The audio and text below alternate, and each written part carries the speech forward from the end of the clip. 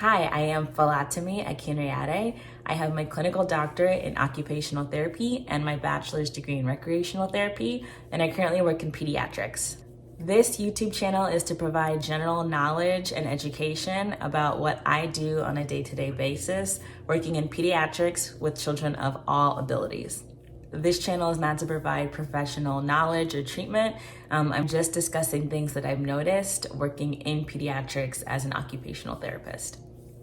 So one thing that I hear concerns about from families when I'm working with these children are kids that are placing non-food objects in their mouth. For the most part, the children that I see that are having these issues are children with autism or sensory processing issues, but this can happen to any child for a myriad of reasons. And when I say issues with placing non-food objects in their mouth, obviously with infants or children that are up to 1 to 2 years old, it is common for them to place objects in their mouth, especially when they're teething. But it becomes more of an issue when these children are getting older and they have more access to grab things. And the issues that I tend to hear from the parents is that my child takes anything and everything and immediately puts it in their mouth. And this could mean markers, pencils, pens, paper, remote controls, keys. I've also heard families say that their child likes to chew on their shirt if they're wearing a shirt or a jacket. Anything that they have access to, the child's immediately placing the items in their mouth. And this behavior can also become a big issue because it can increase choking hazards, and it could also be a safety concern based off of what things they're putting in their mouth, whether it's sharp objects or really tiny objects that, again, the child can choke on. One term that I tend to hear parents say, based off of them doing their own research and looking online and looking for more resources, is Pica. So Pica is an eating disorder, and it's literally a person. It could be a child or an adult that tends to eat non-food objects. Somebody can have a Pica disorder for many reasons. Me working with an occupational therapy, I tend to use the term oral seeking behaviors. Reason being is that I may work with children that eat non-food objects, but they may just chew them, they may lick them, they might put them on their cheeks, they might put them on their lips. There could be many things that a child may do with their mouth, and that doesn't just involve eating the object. So anything in this area, I just tend to say oral, and then oral seeking behaviors if they're doing anything around the mouth. Also, if somebody comes to see me for oral seeking behavior difficulties or challenges, the family, for the most part, tends to start off going to a medical physician or the child's medical doctor to rule out any medical concerns that may be causing the child to seek some of that input as well. So they might rule out anemia, or they might check more blood tests just to see if there's any other deficiencies within the body that may cause that. So it is always good that if you know somebody or you have a child that is placing these non-food objects in their mouth, to go to a medical doctor just to make sure that there is not something medically that's underlying that's causing these behaviors as well. So when I'm seeing these children, I'm noticing that there tends to be 3 big overarching reasons why they're placing non-food objects in their mouth, and they don't need to be distinct from one another, and they tend to all be blended together. Again, this isn't the answer for all children. This is just typically what I see within the clinic. First thing that I notice with children that are placing these items in their mouth is that it is a sensory seeking behavior. So they're seeking sensory input within their mouth, and they're trying to find ways to regulate their body by putting those objects in their mouth. Meaning that they are craving input and they're finding ways to satisfy that craving. So just as I sometimes am seeking out something that's crunchy or something that's chewy or something that's smooth, there's different textures that we seek out.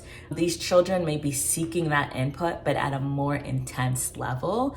And so they're finding something that they can put in their mouth in order to satisfy that craving that they're seeking. But again, at an intense level and with objects that are not food items.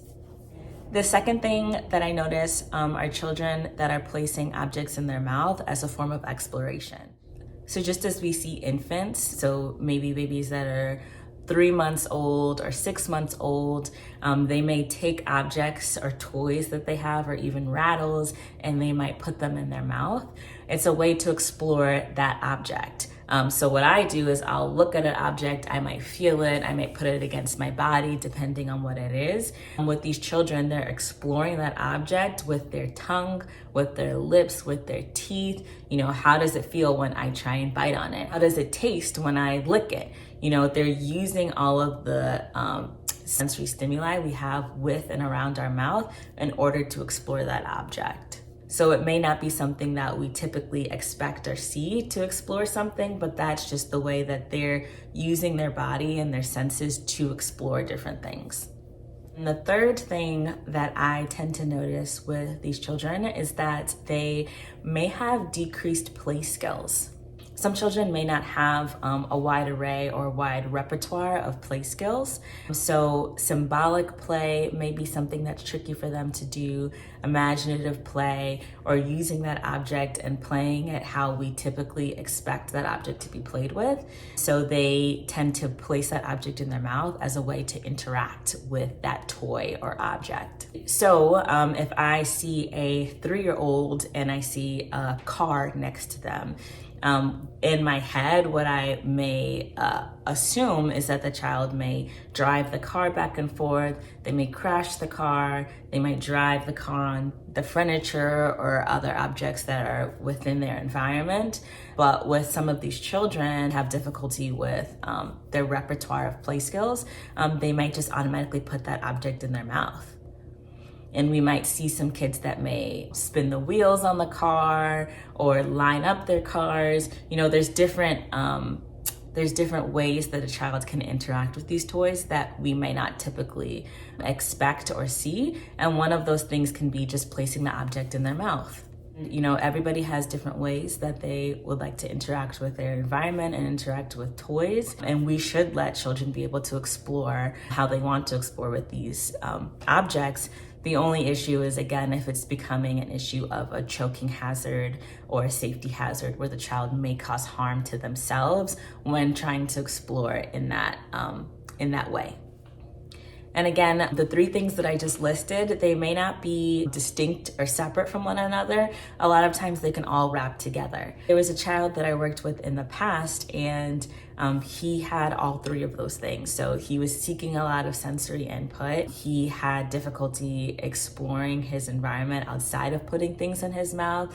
And he also had decreased play skills. And I had been seeing him for months, and we worked on all of those things. And I definitely made sure that he was able to get the input that his body was seeking just in a safe way. And it was interesting to see him progress through the months, because he initially started off with placing the items in his mouth and trying to chew them, to just placing them in his mouth and licking them. And then as the months went by, he went to just putting them against his lips and like around his cheeks, to now when I see him, he's really not putting anything in his mouth unless he was sick, there's been a change in his routine, or there's something else physiologically happening that he is seeking that input again to help regulate his body. And this is why it is helpful just to have an extra set of eyes or help if it's becoming an issue with your child or any children that you know. I hope this information was helpful for you all. As I said in my previous video, I am basically guessing what topics or content you all want to hear from me. So if this was helpful, or if you have any ideas of other content that I can post on this channel, please comment and let me know. And I would be glad to further discuss, again, my experiences within occupational therapy. Thank you all for watching. Bye.